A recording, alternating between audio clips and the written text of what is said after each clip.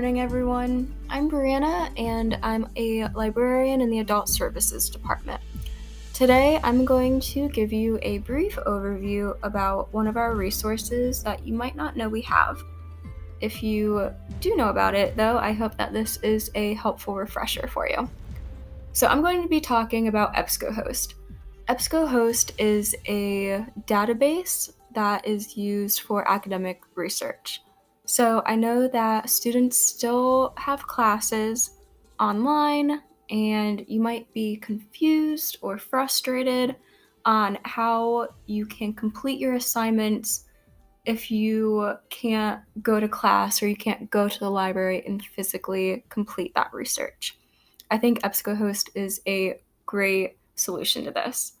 So as you can see, we are on our website, and euclidlibrary.org, and I'm going to move over to services, and 2 down, I'm going to take us to our databases.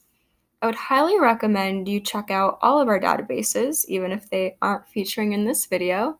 But for now, we will click on E, and it is the very top one, EBSCOhost. So let's go ahead and use this resource, and it will redirect us to the EBSCOhost homepage. You will, however, have to log on with your CleveNet library card. I just did it before, so it bypassed it this time. So as you can see, EBSCOhost is a very clean website. I can run us through an example here. So let's say you want to write a paper on, let's say, coronavirus, since it's on everyone's minds. And might take a few seconds to load, but we see that there's over 150,000 results. Now, a great feature of EBSCOhost is this advanced search. And you can use that to really tailor your search to make sure you are pinpointing exactly the material you want. So let's say you only wanted to research how the United States was dealing with this. So you can go ahead and type that in. And as you can see, there's some other prompt fillers, but we'll go with that first one. And that cuts down our results by about 2/3.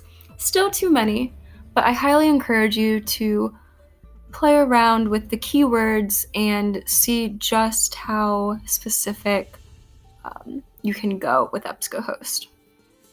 A few other features I want to point out is whenever you're looking at your results, if you go to the left-hand side, there's several filters.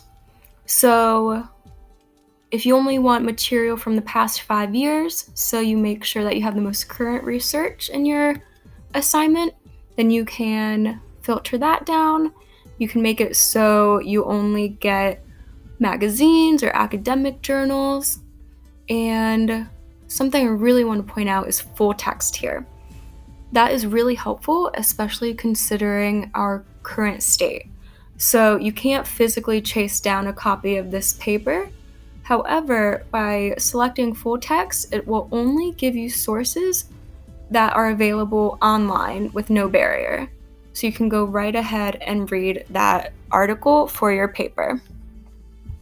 Now, as an example, let's click on this very first result.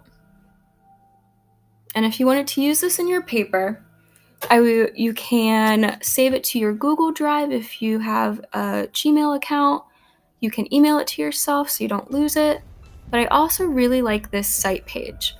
And if you click on that,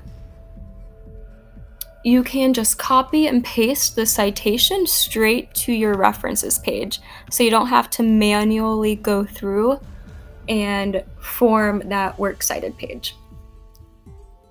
So I know that was a really quick overview, but hopefully this gives you a little insight into how to use EBSCOhost. If you have any questions, I recommend you email us or use the chat service on our website. And I hope that everyone is staying safe, and I look forward to seeing you whenever you can come back to the library. Thank you.